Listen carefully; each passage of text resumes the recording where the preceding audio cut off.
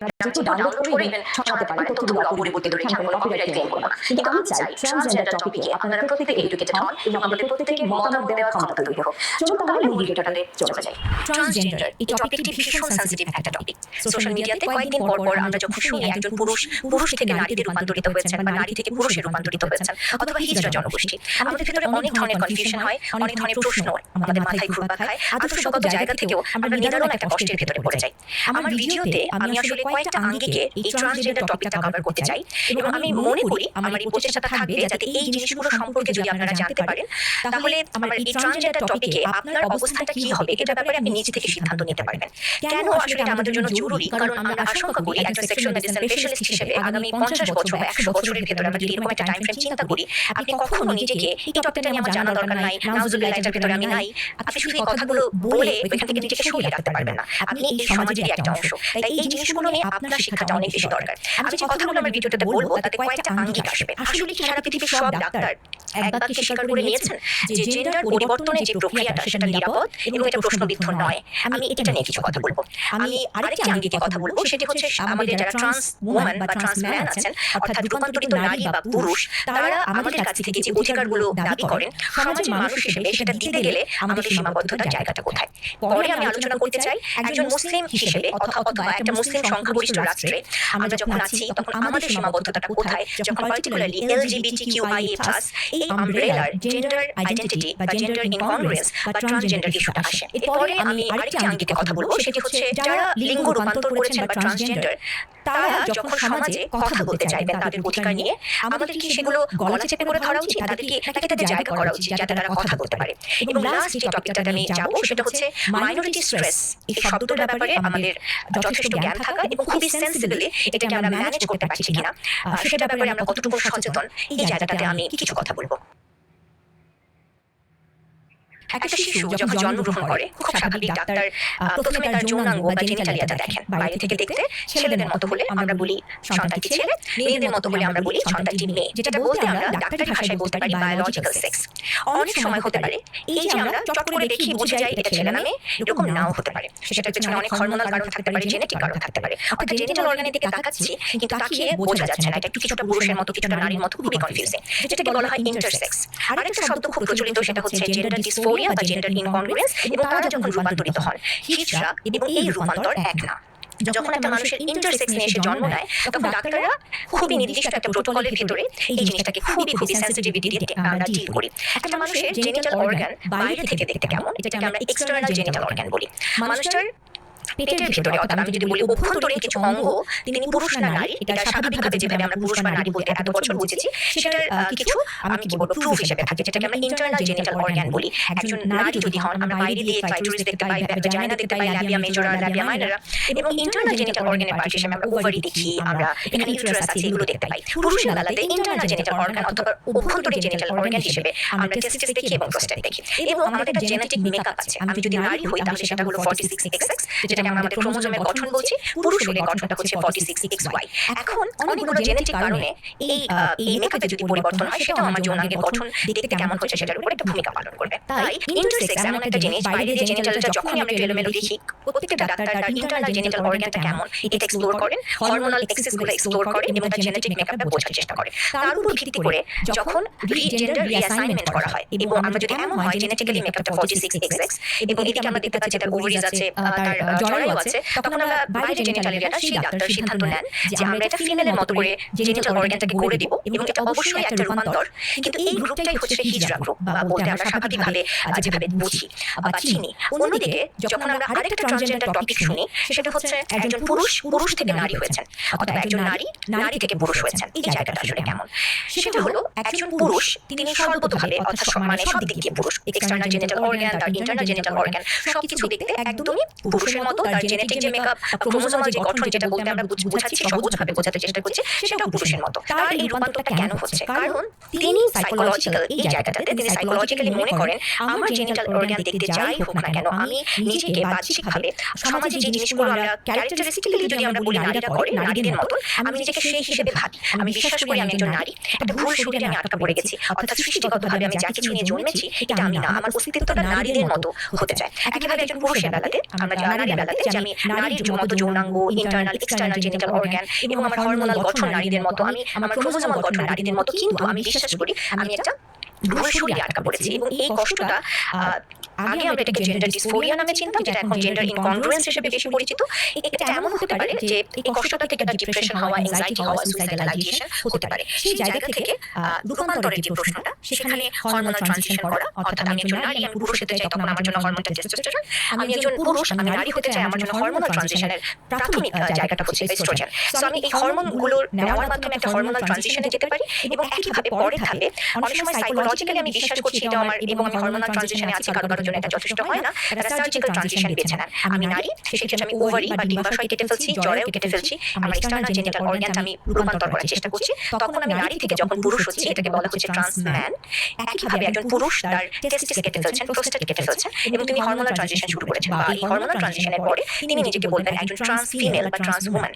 এই হলো আমাদের রূপান্তরের ধারাটা। এখন এই জায়গাটাতে স্বতঃসিদ্ধভাবে একজন ইন্টারসেক্স যদি বেছে নিতে চান যে আমি আমার জেনেটিক গঠন এবং আমার ইন্টারনাল জেনিটাল অর্গান, এটার প্রেক্ষিতে আমি আমার জেন্ডার রিঅ্যাসাইনমেন্টটা করব, এটা নিয়ে মেডিকেল সায়েন্সের শুরু থেকে আজ পর্যন্ত কোনো বড়সড় কন্ট্রোভার্সি নাই, বরং এটাকে সবসময় ফ্যাসিলিটেট করা হয়েছে।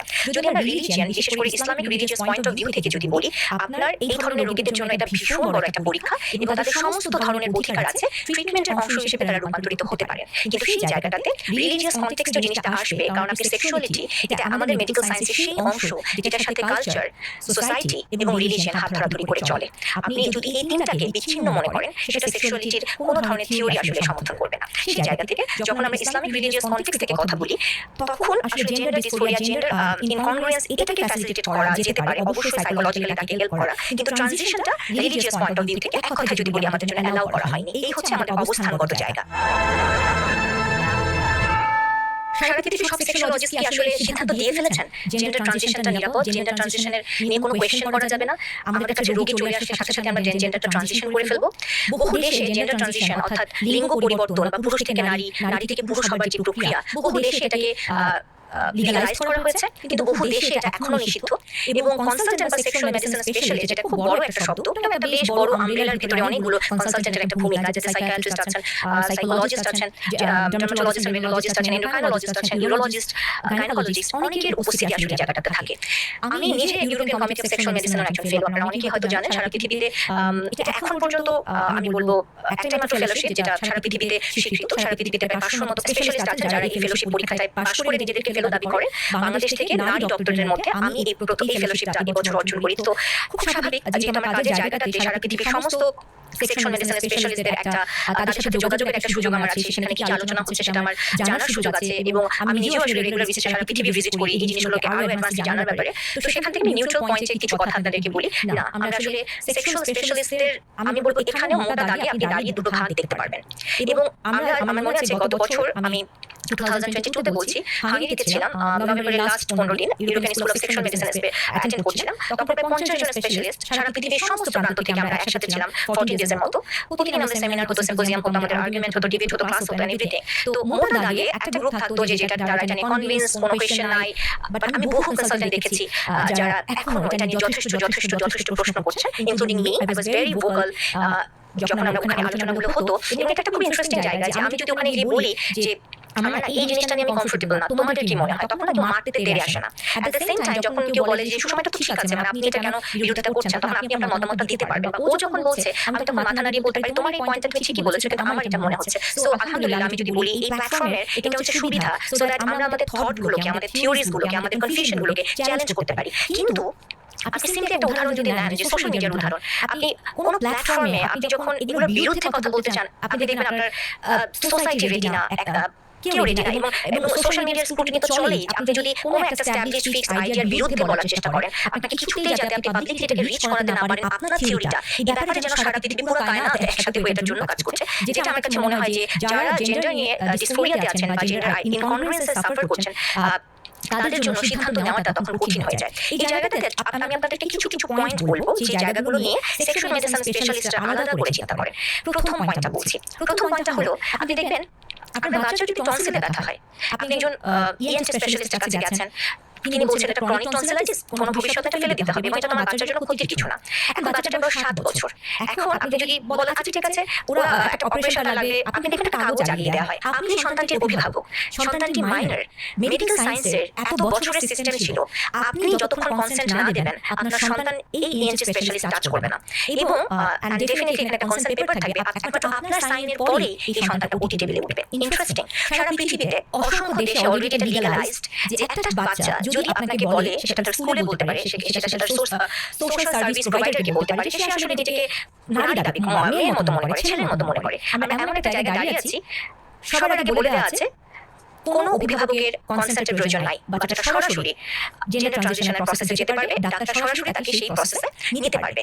অনেক শিশু ছোটবেলায় যখন এই ধরনের ডিস্ট্রেস থেকে ট্রানজিশনের সিদ্ধান্ত নিয়েছিল এবং বাবা মা বাধা দিতে পারেনি, অসহায়ের মতো দাঁড়িয়েছিল, তারা পরবর্তীতে আবার ট্রানজিশন করেছে। এরকম বহু উদাহরণ আছে, কিন্তু খুব যত্ন নিয়ে এগুলোকে আমাদের থেকে একটু একটু করে সরিয়ে সরিয়ে রাখা হয়, যাতে আমরা এটাকে বুঝতে না পারি, যাতে এই জায়গাগুলো আমাদের মনের ভিতরে আলাদা কোনো কনফিউশন তৈরি না করে। স্পেশালি একটা ছোট বাচ্চা যে কিনা মাইনর, তার শুধুমাত্র তার সিদ্ধান্তের ভিত্তিতে, তার বয়স 6 বছর 7 বছর, আমি তার টেস্টিস কেটে ফেলছি, তার পেনিস কেটে ফেলছি, আমি তার পিউবার্টির সময় তাকে পিউবার্টি ব্লকার দিচ্ছি, আমি তাকে সরাসরি হরমোনাল ট্রানজিশন করাচ্ছি বয়সন্ধি বয়সটাতে, এবং তাকে সার্জিক্যাল ট্রানজিশনে নিচ্ছি। এই জিনিসটাকে অনেক কনসালটেন্ট ইনক্লুডিং মি আমরা চাইল্ড অ্যাবিউজ বলে মনে করি।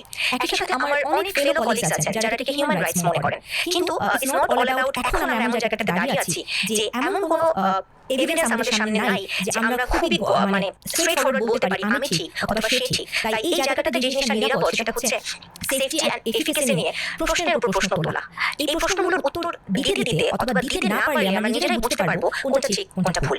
যখন আমরা এটা হলো একটা আঙ্গিক যেটা নিয়ে আমাদের অনেক কনফিউশন আছে, আমরা এটাকে নিরাপদ মনে করছি না, অনেকেই মনে করছি যেসব মানুষ স্পেশালি আবার ট্রানজিশনে এসেছেন, সেটা হচ্ছে আমরা যেটা মেলাতে পারি না, অদৃশ্য শক্তিটা কোথায়, যেটা এত তারা এখনই চেঞ্জ করে দাও, এখনই চেঞ্জ করে দাও। আমরা জানি না এই ফোর্সটা কোথাকার, আমরা দেখতে পাই না এই ফোর্সটাকে, আমরা তাদেরকে চিনাতে পারবো না এই ফোর্সটা কি ফোর্স। এবার আরেকটা আঙ্গিক একটু যদি বলি, একটা ধরুন একটা পুরুষ মানুষ যিনি যৌন অক্ষম, আমরা এটা কেমন করে বুঝি সেটার বিস্তারিত বর্ণনা না দিয়ে, কিন্তু একটা খুব কমন টেস্ট অনেক সময় আমাদের করা হয়, সেটা হচ্ছে আমরা টেস্টোস্টেরন অর্থাৎ ছেলে হরমোনটাকে দেখার চেষ্টা করি, এবং অনেক সময় আমরা দেখি টেস্টোস্টেরন লেভেলটা অনেক কম আছে।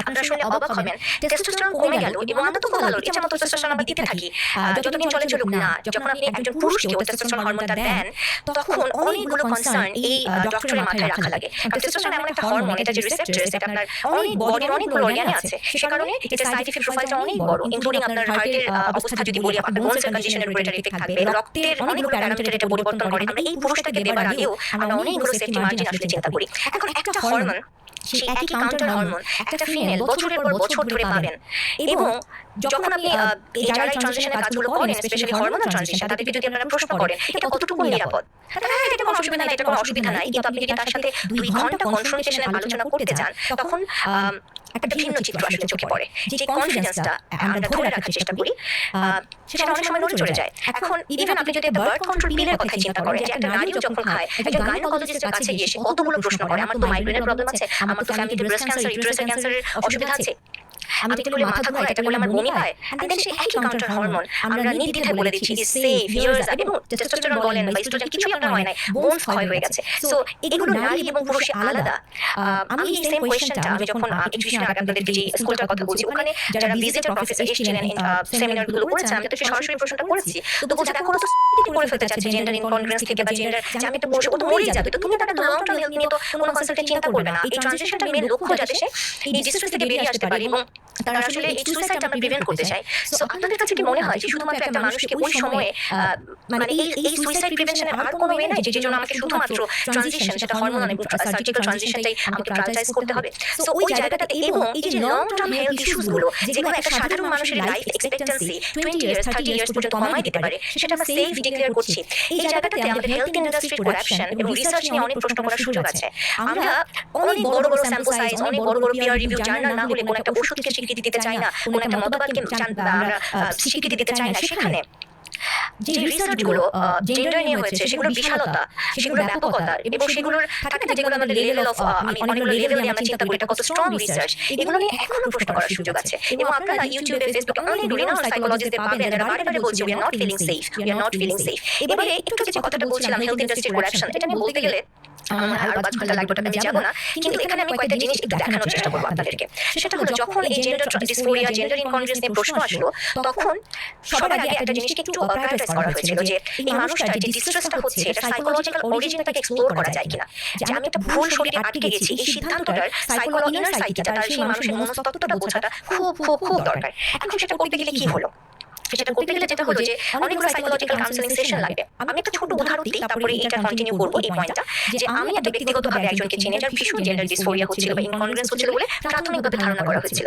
কিন্তু যখন এই বাচ্চাটার সাথে প্রায় 13 সেশন কাউন্সেলিং সেশন করা হয়, তখন একটা অদ্ভুত গল্প বেরিয়ে আসে। সেটা হচ্ছে বাচ্চাটা একটা 14 বছরের মেয়ে, যে ফিজিক্যালি একটু যেটাকে আমরা ওবেস বলতে পারি, একটু মোটা বলতে পারি, তার ব্রেস্ট ডেভেলপমেন্ট পার্টিকুলারলি অনেক আর্লি এজে এসেছে, তার পিউবার্টির অনসেট অনেক আর্লি।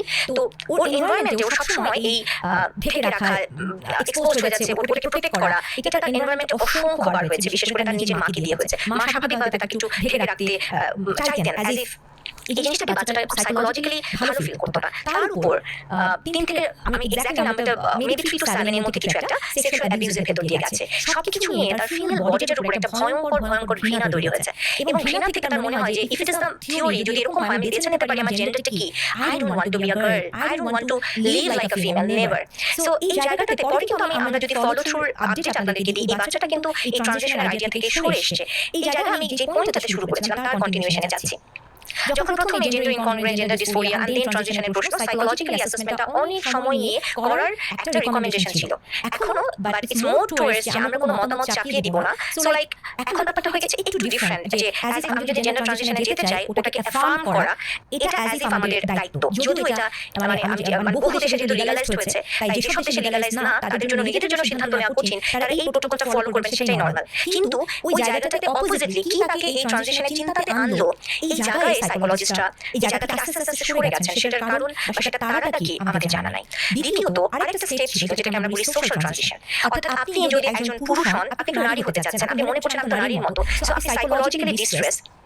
হরমোনাল ট্রানজিশন বা সার্জিক্যাল ট্রানজিশন শুরু করবার আগে এই মানুষটাকে একটা সোশ্যালি সে কিছু মাস, মানে আমি যদি পুরুষ থেকে নারী হতে চাই তাহলে মেয়েদের মতো ড্রেস আপ করা, এরকম করে আমি সোশ্যালি একটু সার্ভাইভ করার চেষ্টা করবো। আমি দেখবো যে সোসাইটি আমাকে কিভাবে নিচ্ছে। ওখানে তো কিছু ট্রমা আছে, যখন সোসাইটি বুলি করা শুরু করে সেই বুলি থেকে আমার সুইসাইডাল আইডিয়েশন হতে পারে। এক, আমার জেন্ডার ডিসফোরিয়া ইনকনগ্রুয়েন্সের জন্য আমার আইডিয়েশন আছে, যেটা আমাদের 100% এখানে এমপ্যাথি দেওয়া উচিত, সিম্প্যাথি দেওয়া উচিত। অপোজিটলি যখন মানুষ একটা ট্রানজিশনে যাচ্ছে, সোসাইটি যেভাবে এটাকে মানে না বলবে, এবং সেখান থেকে পার্টিকুলার যেসব দেশগুলো এটাকে লিগালাইজ করে না, সেখানে তার যে ট্রমা, এই সোশ্যাল ট্রানজিশনটার একটা ভূমিকা আছে যে সে আসলেই নিতে পারবে কিনা। দেন তার হরমোনাল ট্রানজিশন, সার্জিক্যাল ট্রানজিশন। কিন্তু আস্তে আস্তে প্রোটোকল থেকে এটা উঠে যাচ্ছে গেছে, যেভাবে আপনি জিনিসটাকে বলেন। সো এখন ব্যাপারটা হচ্ছে আমার 7 বছরের বাচ্চা বলছে আমার 7 বছরের বাচ্চা নিয়ে জামা দিয়ে খেলে, আমার মেয়ে বাচ্চা নিয়ে জামা দিয়ে খেলে, টমবয়ের মতো আচরণ করে, মা আমি একটা ছেলে, পরদিন আমি টেস্টে যদি সে ফেরে বাড়ি ফেরত আসে আপনি কিছু বলতে পারবেন না। সো আমরা এই জায়গাটাতে চলে গেছি। একইভাবে সার্জিক্যাল আমাদের সোশ্যাল ট্রানজিশনের দরকার নাই, এত ওইটা এক্সপ্লোর করার দরকার নাই, ডিস্ট্রেসটা কি, অন্য কোনো কিছু আছে কিনা। অথবা অন্যভাবে যদি বলি, সবাই এই এক্সপ্লোরটা সততা নিয়ে করে না।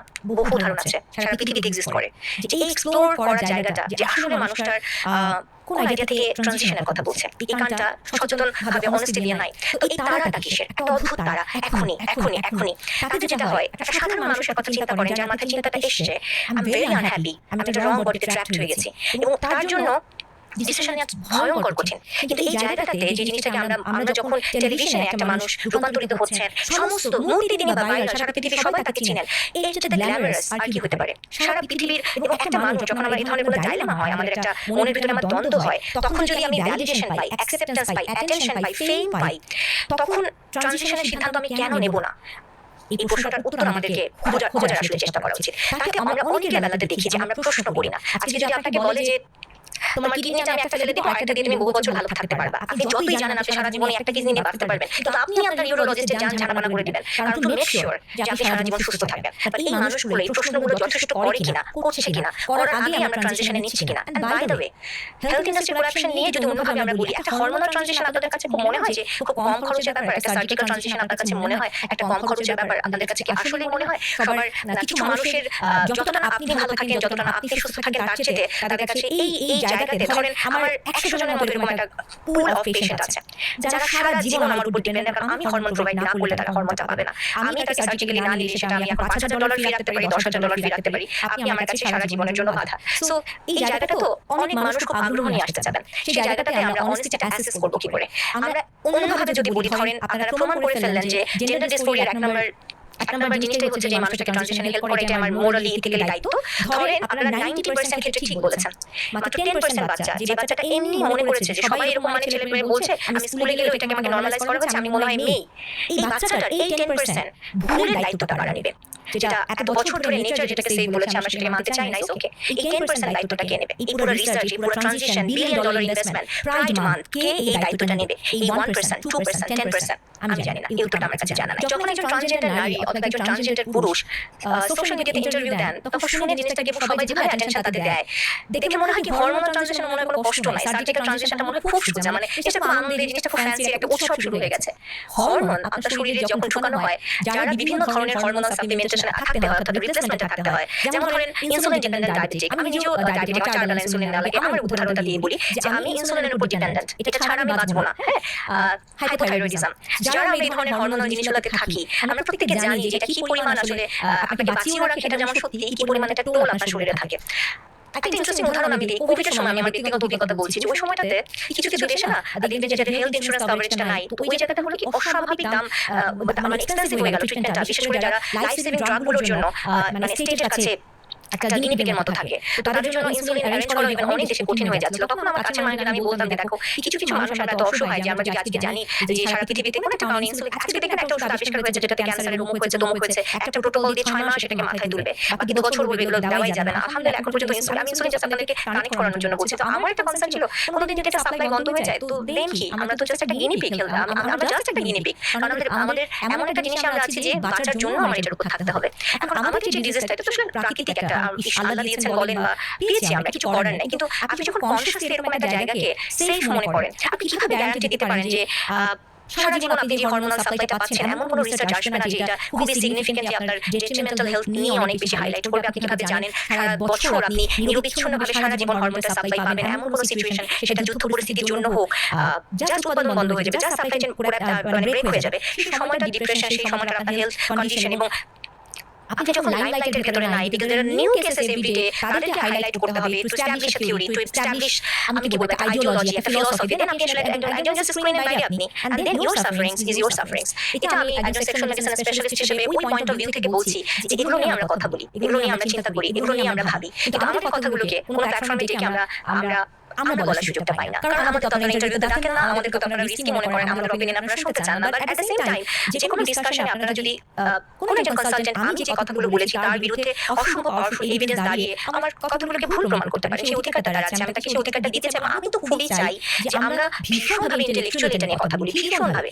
সত্যি বলি আপনাদেরকে, সেটা হলো LGBTQI, যদি শব্দগুলো আপনারা কখনো শোনেন, L for lesbian, G for gay, B for bisexual, T for transgender, Q for queer, and A plus. So it's an umbrella, right? To be honest, LGBTQI plus community, যেটাকে আমরা বিশাল umbrella বলছি, সেই জায়গাটাতে আমার ব্যক্তিগত একটা খুব মানে আবেগের জায়গা হচ্ছে ট্রান্সজেন্ডার।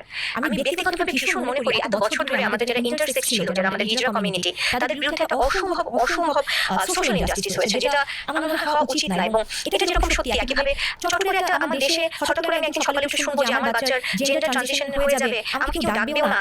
আমি নিজেকে মাঝে মাঝে যখন ওরকম দেশগুলোতে দাঁড়িয়ে জিনিসটাকে চিন্তা করে আমার খুব দম বন্ধ হয়ে আসে। আমার কাছে মনে হয় যে LGBTQI+ এর বিশাল কোনো আলোচনায় আমি না থাকলেও, আমি যতদিন আমি মনে করি আমার ইন্টেলেকচুয়াল ক্যাপাসিটি থাকবে, আমি অনেক প্রশ্ন করতে চাই, অনেক প্রশ্ন। এবং যিনি আমি চাই আমার সামনে আমাদের দেশে জিনিসটা লিগালাইজ হবার আগ পর্যন্ত যারা এটাকে প্রমাণ করে ছাড়বেন বিজ্ঞানের ভিত্তিতে, আমরা সবাই তাদেরকে অনেক প্রশ্ন করতে চাই, অনেক প্রশ্ন করতে চাই, এবং ওই উত্তরগুলোতে আমরা যথেষ্ট নিরাপত্তা চাই। কেবলমাত্র তখনই আসলে আমি মেনে নিব যে it's okay, it's fine, and it's perfectly fine.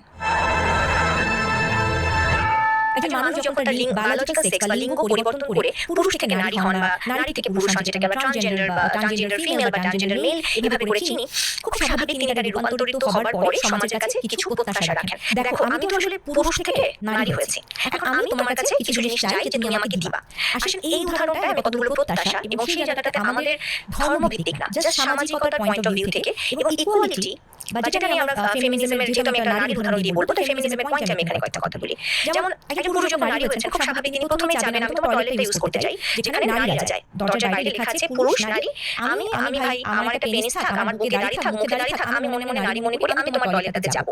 ধরে নিচ্ছি এমন হতে পারে হরমোনাল ট্রানজিশন তিনি করেছেন, সার্জিক্যাল করেছেন বা করেননি, তিনি মননেই নারী। আপনার প্রত্যাশা করে আমার টয়লেটে আপনি ঢুকে যাবেন, কিন্তু সেই জায়গায় আরো 10 জন নারী আছেন, তাদের এটা একটা সিকিউরিটি থ্রেট, অথবা তারা মনে করেন যে এটা সোশ্যালি খুব অকওয়ার্ড, যে মানে আপনি আমরা একই টয়লেটে, এটা খুব ডিফিকাল্ট তাদের জন্য প্রসেস করা। সবসময় যারা মাইনরিটি গ্রুপের, তাদের একটা প্রত্যাশা থাকে যে তাদের অধিকারগুলো তারা সমাজে সবসময় চাবেন, সেটা করতে গিয়ে মেজরিটির স্ট্রেস, ইনফ্যাক্ট মেজরিটির স্ট্রেস বলে শব্দটা এক্সিস্ট করে না, কিন্তু আপনি যখন LGBTQI+ নিয়ে পড়বেন, জানবেন, শিখবেন, আপনি মাইনরিটি স্ট্রেস কথাটা শুনবেন, যেটা অবশ্যই এই পয়েন্টে আমি কিছু বলবো, আমাদের সেনসিটিভিটি জায়গাটা কি হওয়া উচিত, কিন্তু মেজরিটি এই যে একটা স্ট্রেস, এটা যখন আপনি অ্যাকনলেজ করতে পারেন না, এটা যখন আপনি ক্যাপাসিটেট করতে পারেন, এটা নিয়ে যখন আপনার সেনসিটিভিটি হয় না, তখন এটা একটা প্রবলেম। আপনি যতই নিজেকে একজন transgender activist, social activist, human rights activist নাম দেন, অনেক সময় আমরা দেখি যে judgement comes from this people more than আস।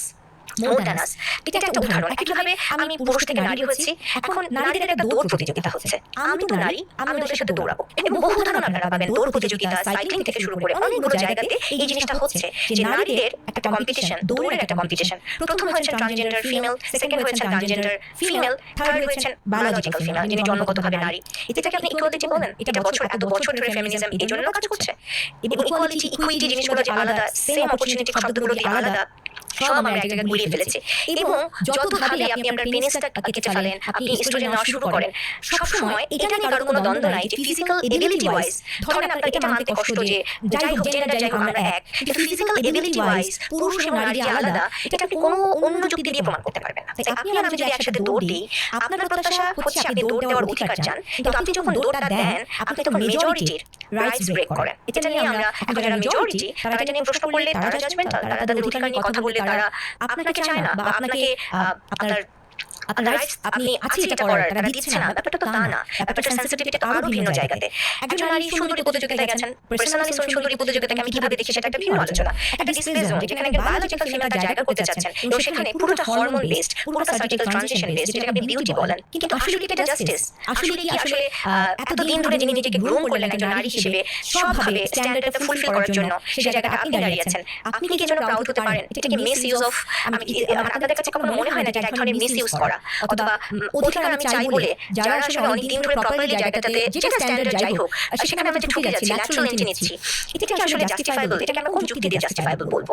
তাই অনেক সময় হয় যে ধরেন আমি আপনি একটা জায়গায় ট্রেনিং এ গিয়েছি, এখন থাকার জায়গাটা এমন যে আপনারা আমার একই জায়গাতে জায়গা পড়লো, আপনার একটা পেনিস আছে, আপনার একটা ফেশিয়াল হেয়ার আছে, আমি কেন আপনার সাথে একই রুমে থাকবো?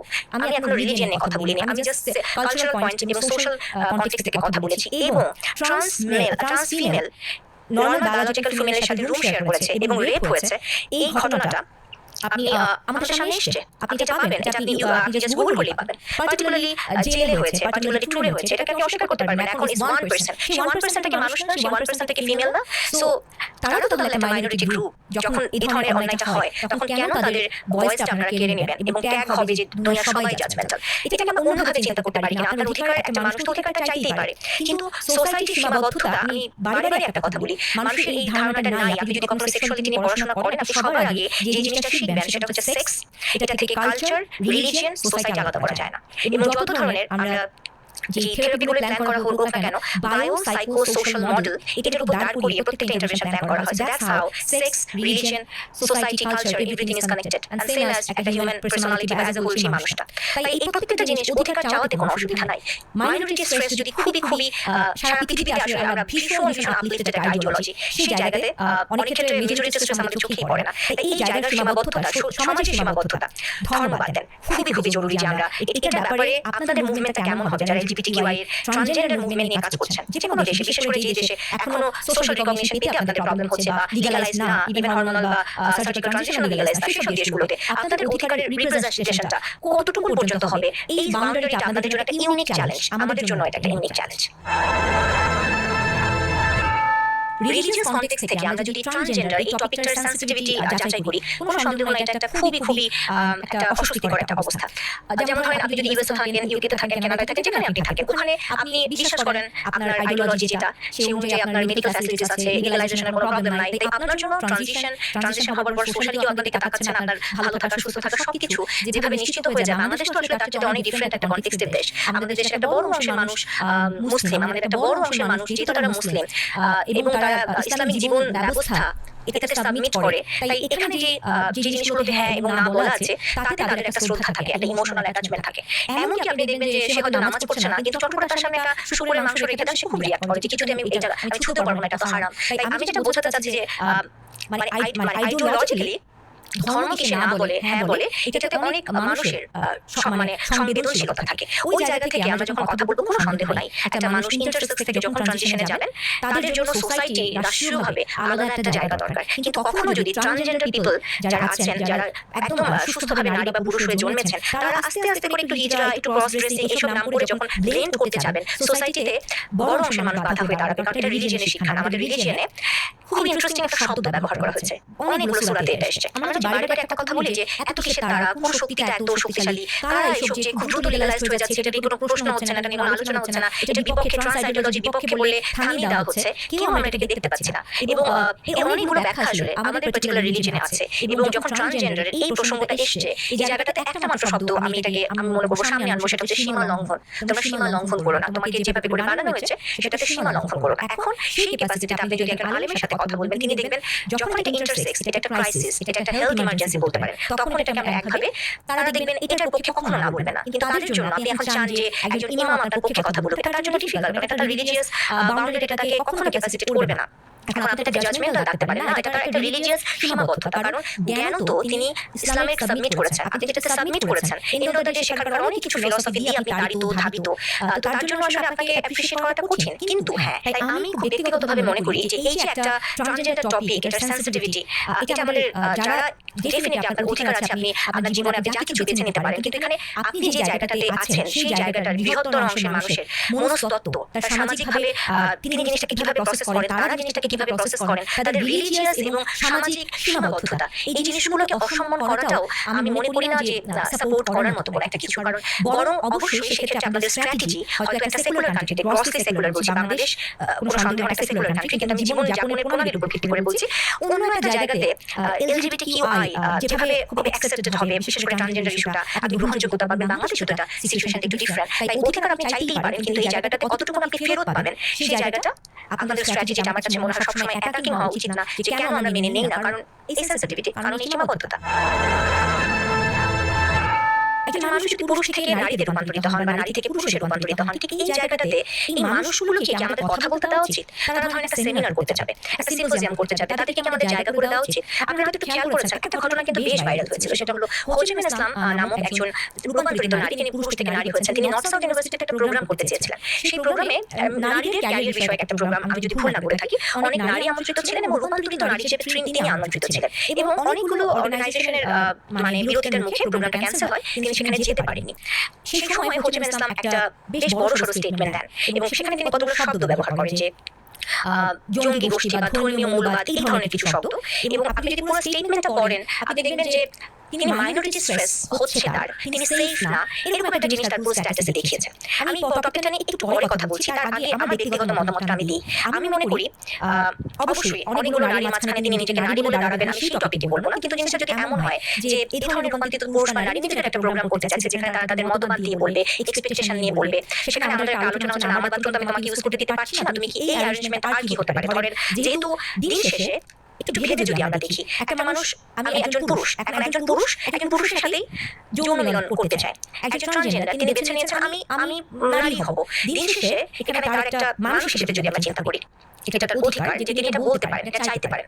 দিন শেষে আসলে বাক স্বাধীনতা তো একটা আমাদের, বিশেষ করে আমরা আমাদের দেশে বলি, এটা একটা প্রত্যেকটা মানুষের গণতান্ত্রিক অধিকার, তাই তাদের কথা বলতে দিতে হবে। এখন আমি মনে করি এটা আমার ব্যক্তিগত মানে মতামত, এবং এখানে যে কথাটা আসে যে কেউ কথা বলছে মানে যে এটা প্রচার হয়ে যাবে, এটা না। সে যখন কথা বলা শুরু করে তখন আরো অনেক মানুষের এটার পক্ষে বা বিপক্ষে মত দেবার ক্ষমতা, সেটাকে প্রশ্ন করার ক্ষমতা তৈরি হয়। এই ক্ষমতাটা কেড়ে নিলে শুধু শাসন বারণ নাউজুবিল্লাহ বলে আমরা এটাকে কার্পেটের নিচে রাখতে পারবো না। আমি এটাকে রিপিট করছি, ট্রান্স টপিক, এলজিবিটিকিউআই টপিক এমন টপিক না যে আপনি অনেক শক্ত করে দড়ি দিয়ে বাঁধলে এটা মাথা উঁচু করতে পারবেন না। No, difficult. যদি আপনি এটার সেন্সিটিভিটি, এটার ব্যাপকতা এবং এটাকে প্রসারের জন্য যারা কাজ করে তাদের সংঘবদ্ধতা, এই জায়গাগুলো বা তাদের স্ট্র্যাটেজি, এগুলোর কাছে আপনার ধর্মীয় ইমোশন বা এবং আমার সমাজ তো অ্যালাউ করে না, এটা যুক্তি দিয়ে টিকবে না। তো সেই জায়গা থেকে আমাদের আসলে সত্যি এই জায়গাটা একটু করে করতে হবে। এবং ডেফিনেটলি তারা বলছেন মানে জিনিসটা আমার বাচ্চা ট্রান্স হয়ে যাবে তা না। আমাদের সব বাচ্চা হয়তো এই আইডিওলজি নিয়ে তারা প্রশ্ন করতে শিখবে। আপনি আমি যখন এটাকে জোর করে যে না তুমি কথা বলতে পারবে না, তুমি কথা বলতে পারবে না, তখনই দেখবেন যে জায়গাটাতে মাইনরিটি স্ট্রেস এই জিনিসটাকে মানে আঁকড়ে ধরে তারা একটা ডিফারেন্ট প্ল্যাটফর্ম তৈরি করার চেষ্টা করবে। তারা বোঝাবে যে আমরা জঙ্গি, তারা বোঝাবে আমরা ধর্মীয় মূল্যবোধে তাদের অথবা তাদের অধিকার বোধে বাধা দিচ্ছি, আমরা মৌলবাদী, অনেক ধরনের জিনিস আসবে। এটা জিনিস আসার সুবিধা থাকি যখনই কোনো একটা মানুষ, অনেক ক্ষেত্রে আমাদের ভুরি ভুরি উদাহরণ দেখবেন সারা পৃথিবীতে আছে যে তুমি একটা পার্টিকুলার দেশে জায়গা করতে পারছো না এবং তুমি তোমার ভীষণ মাইনরিটির একটা স্পেসের মধ্যে তুমি পড়ছো এবং তুমি নিরাপদ না, তোমাকে মানুষ একটা গোষ্ঠী মেরে ফেলতে চাচ্ছে, একটা ধর্মীয় গ্রুপ মেরে ফেলতে চাচ্ছে, এই ধরনের যে জিনিসগুলোকে চলে আসে সেই সময় দেখবেন ইন্টারন্যাশনাল রিকগনাইজেশন পাওয়াটা অনেক বেশি সোজা হয়ে যায় বা আমাদের দেশটাকে একটা ভয়ঙ্কর দেশ হিসেবে অন্য মানুষের কাছে উপস্থাপন করাটা সোজা হয়ে যায়। যেটা সত্যি কথা, হুজুর ইসলামের এই অধিকারটা আছেন, তিনি তার অধিকার চাইবেন কিন্তু তিনি অধিকারটা পাচ্ছেন না বলে মানে হচ্ছে আমরা মৌলবাদী, আমরা জঙ্গি। কিন্তু তিনি একবারও বলছেন না যে এত বড় একটা মানুষের সামাজিক এবং মানে আমাদের ধর্মীয় জায়গা থেকে আমাদেরও কিছু সীমাবদ্ধতা আছে যেটা আসলে আমরা একসাথে হয়তো বসতে পারতাম, কথা বলতে হতে পারে, তিনি তার মত দিতে পারে, আরো 10 জন তাদের মত দিতে হতে পারে। কিন্তু এই জায়গাটায় যখন আমরা বুলিংকে ছেড়ে দিব, দুটোতে তাসের মতো যা বুলি করবো, তুমি যাই বলবা আমি একটা বুলি করবো, এই প্রত্যেকটা বুলিং প্ল্যাটফর্ম তৈরি করবে যে বাংলাদেশ অনিরাপদ। তখন যেটা হবে যে গ্রুপটা আসলে কাম আউট করতে চায়, যে গ্রুপটা কনফিউজ, যে গ্রুপটা যাদের সাইকোলজিক্যাল অ্যাসেসমেন্ট দরকার, যাদের হেল্প দরকার, যাদের এমপ্যাথি দরকার, যাদের গাইডেন্স দরকার, মেন্টরশিপ দরকার, আপনি সেই গ্রুপটাকে হারাবেন। আপনি যখন প্রমাণ করবেন তুমি নিরাপদ না, তখন আপনি জায়গাটা হারাবেন। কিন্তু আপনি যখন এরকম একটা এনভায়রনমেন্ট তৈরি করবেন যে আমরা বসতে পারি, হ্যাঁ এটা নিয়ে কথা হতে পারে। আমাকে মাঝে মাঝে অনেকে বলেন যে আপনার স্ট্যান্ড কি, আপনি কি মনে করেন? আমি আমার জীবনে আমার যতটুকু অভিজ্ঞতা আছে অ্যাজ আ ডক্টর, সাধারণ মানুষ হিসেবে, এবং আমি যেটা একজন মুসলিম, আমাদের সেই পয়েন্ট অফ ভিউ থেকে আমার মনে হয় আমার রিলিজিয়ন একটা আমাকে অনেকভাবে সাহায্য করেছে যে একটা সমাজে তো কত ধরনের ফিলসফি থাকবে, কত ধরনের মানুষ থাকবে, প্রত্যেকের এথিক্যাল ভ্যালুজ, মোরাল ভ্যালুজ আলাদা আলাদা হবে। কিন্তু আমার একটা ইন্টেলেক্ট থাকা উচিত যেটা সবসময় প্রশ্ন করতে জানে, সেটা সবসময় আমাকে চিন্তা করে। ইটস নট লাইক একটা হাই পড়লো আমি সেই চিলে কান নিয়ে গেছে তার উপর দৌড়াচ্ছি। এটা মনে হয় মানুষের সেটা সবচেয়ে দুর্বলতা। হয়তো পার্টিকুলার এক্সপেরিয়েন্স লাগে, পার্টিকুলার ম্যাচুরিটি লাগে জায়গাটা পৌঁছানোর জন্য, কিন্তু মানুষের পৌঁছানোর চেষ্টা করা উচিত। এবং খুবই নিরাপদ একটা জিনিস আমি আমার মাথায় গেঁথে নেই, সেটা হচ্ছে অনেক কিছু সমাজে এস্টাবলিশ হয়, আমার যদি মনে হয় ঠিক নাই, আমি নিজেকে একটা কথা বলি, সেটা হচ্ছে এটা আমি আমার জন্য অপছন্দ করি, এটা আমি আমার জন্য অপছন্দ করি। তাই যেমন আমি যদি বলি পরকীয়া, এটা আমি আমার জন্য অপছন্দ করি, কিন্তু আমার এখানে যিনি বসে আছেন, যিনি হয়তো পরকীয়াতে লিপ্ত, আমি তার দিকে তাকিয়ে বুলিং করতে পারি না, কারণ দিন শেষে সেটা তার লাইফ, এটা তার সিদ্ধান্ত, এটা তার চয়েস। আমি আমার জন্য জেন্ডার ট্রানজিশন অপছন্দ করি, আমি একজন স্পেশালিস্ট সেটা অস্বীকার করতে পারি না। বহু কনসালটেন্ট একমত হয়েছে এটা নিরাপদ, তারা করছেন। আমি আমার জন্য অপছন্দ করি, আমি আমার জন্য অপছন্দ করি। আমার পাশে যদি একজন ট্রান্সজেন্ডার বসে থাকেন, তিনিও যেন বাসের সিটটা প্রপারলি পান, আমি তাকে বুলি করতে চাই না, আমি তার জন্য তার জায়গাটা দিব। কিন্তু আমি আমার এই কি প্রবলেম, এটা যেন অ্যাজ এ সোসাইটি আমরা না বুঝি, তাহলে ওই যে একটা বলছি যে একটা ভীষণ বড় একটা অদৃশ্য জিনিস যেটা জানি না কি, যেটা কি, এটার সাথে লড়াই আপনি হেরে যাবেন। রাদার আপনি অ্যাটেনশন দেবেন নাকি ইগনোর করবেন। প্রত্যেকটা সোশ্যাল মিডিয়া প্ল্যাটফর্মে আপনার এই অধিকারটা আছে, আপনার একটা লাইক, আপনার একটা শেয়ার, আপনার একটা বুলি, এর জন্য ভীষণ ভীষণ ভীষণ ম্যাটার করে। কিপ সাইলেন্ট, যদি আপনি না বোঝেন আপনার কি বলার কথা, যদি আপনি মনে করেন আপনি আপনার জন্য অপছন্দ করেন, আনফলো করেন, এটা দেখবেন না। যদি আপনি মনে করেন এটা আমার কাছে মনে হয় এটা আমি এটা জানাতে চাই, বি ভেরি রেসপেক্টফুল এবং সেটা বলেন। কিন্তু আমাদের এই পৃথিবীটা তো সবার জায়গা, সমাজটা তো সবার জায়গা, আমাদের সবার আদর্শ তো এক হবে না, আমাদের সবার বেঁচে থাকার মোরালিটি, এথিক্যাল গ্রাউন্ড তো এক হবে না, তাই ওখানে তো সবাইকে জায়গা দিতে হবে। কিন্তু আমাদের নিশ্চুপতা বা আমাদের সাইলেন্স যেন ইভিল কিছুর জন্য বিশাল বড় একটা কিছু না হয়, এটাও আমাদের একটা আমি বলবো সচেতনতার জায়গা, যে জন্য আমাদের এডুকেশনটা প্রয়োজন, যে জন্য এই টপিকগুলো আসলে আমরা এড়িয়ে যাবো না, আমরা একটু পড়বো, আমরা ভুল করতে পারি, ওটাকে আবার রিচেক করবো, আবার দেখবেন এতদিন একভাবে বিশ্বাস করেছি 10 বছর পরে অনেকগুলো জিনিস নতুন আসবে, আবার চিন্তা করবো। মানুষের সাথে আপনার সবচেয়ে বড় সীমাবদ্ধতা হবে স্রোতে গা ভাসানো। কিছু জিনিস স্রোতের উপর ছেড়ে দিতে হয় না, আপনাকে আল্লাহ চিন্তা করার ক্ষমতা দিয়েছেন, চিন্তা করতে হবে।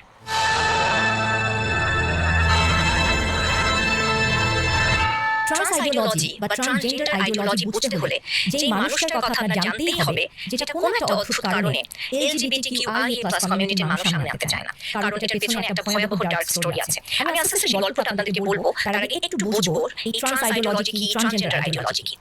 বায়োলজিক্যাল সেক্স বলতে আমরা সবাই বুঝি জন্মগতভাবে পেনিস নিয়ে জন্মালে পুরুষ, ভ্যাজাইনা নিয়ে জন্মালে নারী, কিন্তু জেন্ডার শব্দটা সবার আগে কে ইন্ট্রোডিউস করলেন? যিনি ইন্ট্রোডিউস করলেন তার হাত ধরে জেন্ডার আইডেন্টিটি শব্দটা পপুলার হয়েছে। তিনি প্রথম জেন্ডার শব্দটি নিয়ে এসেছেন, তিনি সাইকোলজিস্ট জন মানি।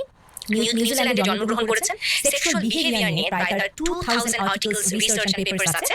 বুঝতেই পারছেন এত বিখ্যাত একজন মানুষ যখন প্রথম জেন্ডার এই শব্দটা আমরা কেউ জানতাম না, এটা এলো, এটা একটা ঘটনা ঘটালো। সেটা হচ্ছে তিনি একটা নতুন আইডিওলজি নিয়ে আসলেন। সেই জায়গাটাতে যাবো, তাদেরকে একটু বুঝি জন্ম মানে আসলে কি কাজ করতেন। যারা আমাদের ইন্টারসেক্স মানুষ আছেন, অর্থাৎ যৌনাঙ্গ, ছেলে মেয়ে কনফিউজিং একটা এরকম একটা জিনিস নিয়ে জন্ম গ্রহণ করে যেসব মানুষ, মূলত তাদের নিয়ে কাজ করতেন। এবং তিনি প্রথম জেন্ডার আইডেন্টিটি ক্লিনিক খুলেছিলেন জন হপকিন্স ইউনিভার্সিটি ইউএসএ 1966 এ। 1955 তিনি প্রথম শব্দটি আনলেন জেন্ডার, এবং তিনি বলতে চাইলেন তোমার পুরুষাঙ্গ বা তোমার নারী হিসেবে তোমার এক্সটার্নাল একটা ভ্যাজাইনা থাকুক, এটা তোমার বায়োলজিক্যাল সেক্স। কিন্তু কোন একটা মানুষ তিনি নিজে তার জন্য জেন্ডার বেছে নিতে পারেন। অন্যভাবে যদি আমরা বলি, একটা ছেলে বাচ্চাকে আপনি যদি এইভাবে বড় করতে পারেন যেখানে তার আমরা মেয়েদের মতো তাকে জামা কাপড় পরাবো, পুরোপুরি মেয়েদের মতো বড় করবো, তাহলে সে তার নিজের জেন্ডার ফিমেল হিসেবে আইডেন্টিফাই করতে পারবে। আমি এডুকেশনিস্টদের জন্য ভিডিওটা বানাচ্ছি না, সাধারণ মানুষের বোঝার জন্য বলছি। ওই জায়গা থেকে জেন্ডার আইডেন্টিটি ইস্যুটা আসলো। এখন এতদিন তো আসলে জন মানে কাজ করতেন ইন্টারসেক্স বাচ্চাদের জন্য।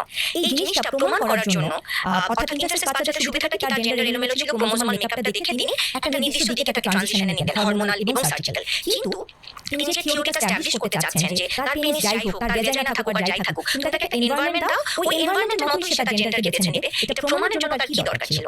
তার দরকার ছিল স্বাভাবিক গঠন গড়নের একটা ছেলে বা মেয়ে, যার উপর তিনি এক্সপেরিমেন্টটা করবেন এবং দেখাবেন তার যদি আপনি পেনিস কেটে ফেলেন, টেস্টিস কেটে ফেলেন এবং তাকে যদি ঠিক মেয়ে বাচ্চার মতো আপনি জামা পরান, মেয়ে বাচ্চার মতো তাকে বড় করতে চান, সে সেটাকে তার জেন্ডার বলে নেবে। এবং biological sex has nothing to do with his or her gender identity. এবার আসেন জন মানের জন্য এরকম মা কই পাবেন যে বাচ্চা একটা ব্লেডের ওটিতে টেলে তার সন্তানকে পাঠিয়ে দিবে পেনিস কেটে ফেলার জন্য, টেস্টিকলস কেটে ফেলার জন্য, অথবা তার ওভারি বা জরায়ু ফেলে দেওয়ার জন্য। জন মানের এক্সপেরিমেন্টের জন্য একটা সুবর্ণ সুযোগ তৈরি হচ্ছিল ঠিক একই সময়, সময়টা 1965 22 অগস্ট। জ্যানেট এবং রন রেইমার কানাডার উইনিপেগে তাদের যমজ সন্তানের জন্ম দেন, যাদের একজনের নাম ছিল ব্রুস বা ডেভিড রেইমার এবং আরেকজনের নাম ছিল ব্রায়ান।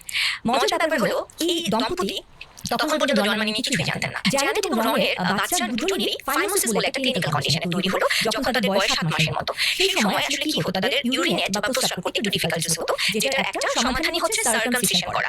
তো খুব স্বাভাবিক 8 মাসের সময় তারা তাদের ক্লিনিকে, কানাডার একটা ক্লিনিকে আসলে সার্কামসিশনের প্রসেসটা স্টার্ট করেন। এই জায়গাটা নিয়ে গল্পটা বড় করার একটু সুযোগ নাই, কিছু ইনফরমেশন ঘাটতি এখানে আছে। অপারেশনের সময় একটা সার্জিক্যাল কমপ্লিকেশন তৈরি হয়। তাতে যেটা হয়, পেনিসের যে জায়গাটাতে সার্কামসিশন করছিল, হয়তো ব্লাড বন্ধ করার জন্য বা যে কারণেই হোক, আমরা যে অটোরাইজেশন করি সার্জারির সময়, সেটা খুব বাজেভাবে ডেভিড রেইমার বা ব্রুস, আমরা যে নামে ডাকি না কেন, ডেভিডের পিনাইল ইনজুরি করে ফেলে, যে জায়গাটাতে সার্কামসিশন হয়। তার ফলে যেটা হয়, ইররিপেয়ারেবল একটা ড্যামেজ তৈরি হয়। এবং ডাক্তাররা খুবই রন এবং জ্যানেটকে যে ইনফরমেশনটা দেন যে আমরা খুবই দুঃখিত, তোমার বাচ্চাটা আসলে আমরা পেনিসের ইনজুরিটা রিপেয়ার করতে পারবো না, ও আসলে একটা ইমপারফেক্ট মেল হিসেবে ওকে সারা জীবন বাঁচতে হবে এবং আসলে বিয়ে করতে পারবে না, এই ধরনের কিছু ইনফরমেশন। এখন বাবা মা তখন এরকম ইনফরমেশন শুনলে কেমন লাগতে পারে? খুবই স্বাভাবিক।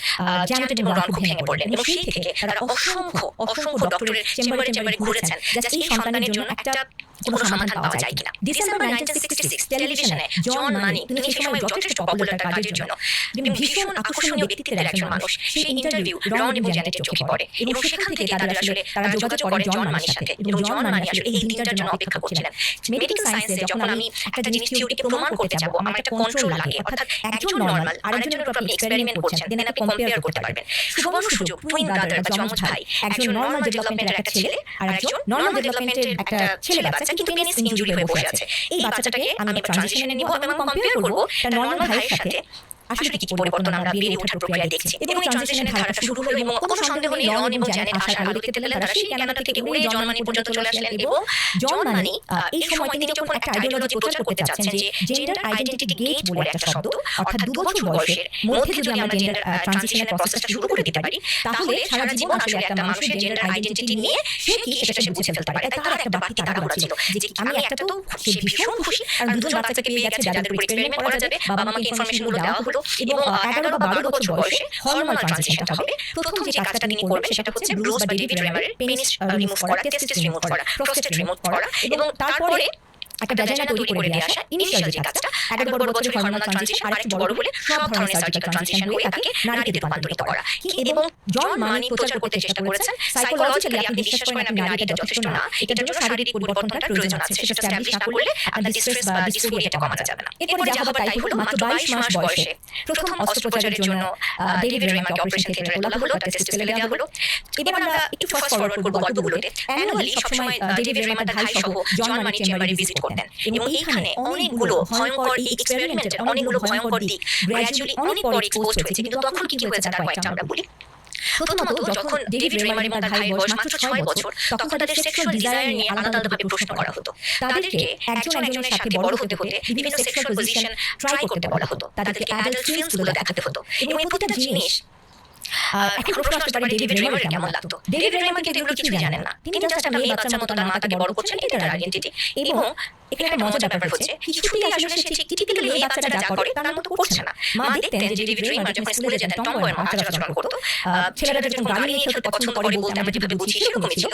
এবং এই যে পুরো ট্রানজিশনের প্রসেসে যাচ্ছে, প্রতি বছর তাকে ইউএসএ জন মানির সাথে দেখা করতে হতো। পুরো জায়গাটাতে তার অসম্ভব তৃষ্ণা ছিল। ডেভিড রেমারের নাম পরিবর্তন করে রাখা হয়েছিল ব্রেন্ডা। ব্রেন্ডা কিছুতে যখন মেয়েদের মতো আচরণ করছে না, এটা তার ঘরের মানুষ জানতো। কিন্তু জন মানে সারা বিশ্বকে অন্য খবর জানালেন। সময়টা 1972, যখন ব্রেন্ডার বয়স 7 বছর, সাইকোলজি জন মানে একটা বই প্রকাশ করে বসলেন, man and women, boy and girl. এবং নিউ ইয়র্ক টাইমসের এটা নিয়ে রিভিউ করলো, সারা জাগানো একটা বইয়ের মতো, যেখানে তিনি প্রমাণ করলেন যে আমার প্রথম স্টাডি যেটা এই জেন্ডার নিয়ে হয়েছে সেটা সফল। ব্রেন্ডা একেবারে নারীদের মতো বড়, মেয়েদের মতো করে বড় হচ্ছে, সে পুতুল পছন্দ করে, সে মেয়েলি সবকিছু পছন্দ করে এবং সারা বিশ্ব সেটাকে গ্রহণ করলো। নতুন করে সবাই উত্তরটা পেল, নেচার আর নার্চার এই দুই অনেক ডিফারেন্স করে দিতে পারে।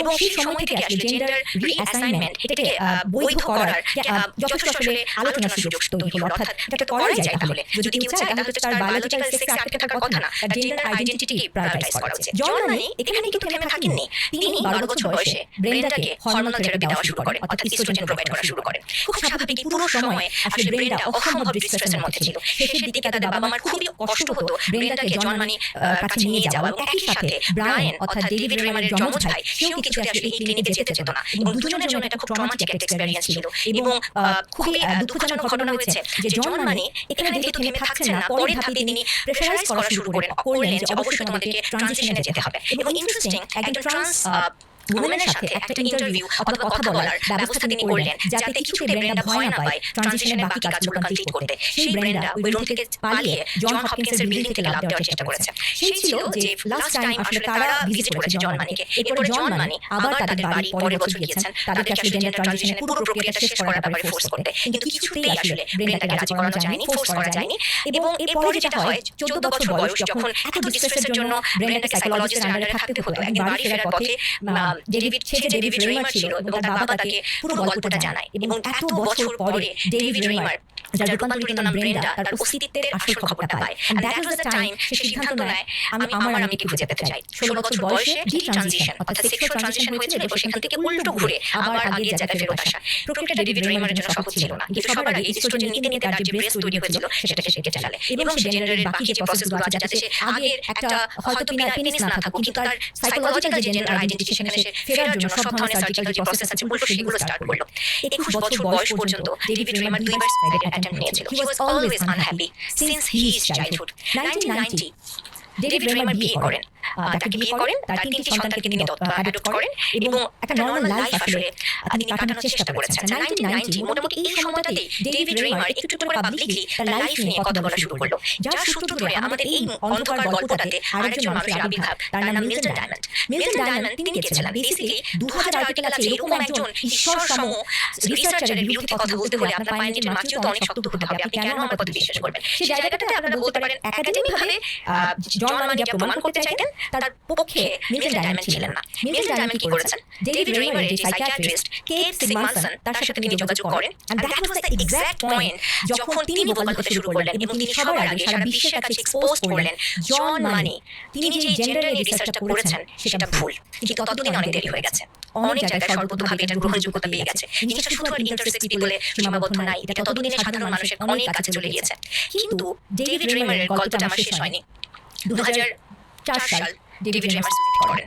তিনি কিছুতেই এই ডিস্ট্রেসটা আর নিতে পারেননি এবং তার যমজ ভাই যে এত ট্রমা দেখেছে, সে সাইকিয়াট্রিক ওভারডোজের জন্য বহুবার আসলে হসপিটালাইজড হয়েছে। জন মানির এই গল্পটা এলজিবিটিকিউআই কমিউনিটির মানুষ, বিশেষ করে যারা transgender, gender dysphoria, gender incongruence, surgical transition, hormonal transition এসব নিয়ে কথা বলেন, এসব নিয়ে অ্যাক্টিভিজম করেন। কখনো তাদের ঈশ্বরের নাম তারা কখনো সামনাসামনি বলেন না, কারণ এই নামটা চলে এলে যে জিনিসটা প্রমাণ হয়ে যায় সেটা হচ্ছে ট্রান্স আইডিওলজি বা ট্রান্স থিওরির ফ্লজ আছে, এটা নিয়ে কোয়েশ্চেন করা যায়।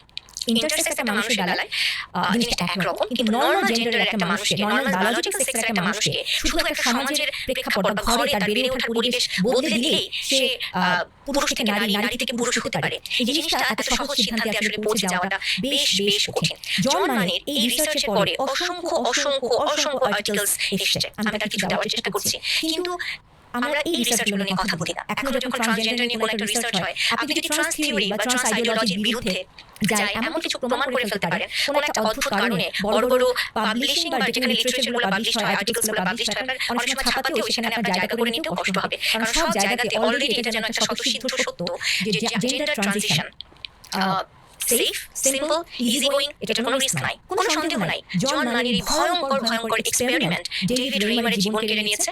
শুধু ডেভিড রেইমার না, তার ভাই ব্রায়ান, তার বাবা মার জন্য ছিল এটা সারা জীবনের ট্রমা, তাদের জীবনের সবচেয়ে বড় ট্র্যাজেডি। কিন্তু আমাদের জন্য ট্র্যাজেডিটা কোনটা? যদি আমরা এই জন মানের এক্সপেরিমেন্ট থেকে কিছু না শিখতে চাই, এটা নিয়ে প্রশ্ন তুলতে না চাই, এটা নিয়ে ভাবতে না চাই। সীমান্ত বা বর্ডার নিয়ে দুই পৃথিবী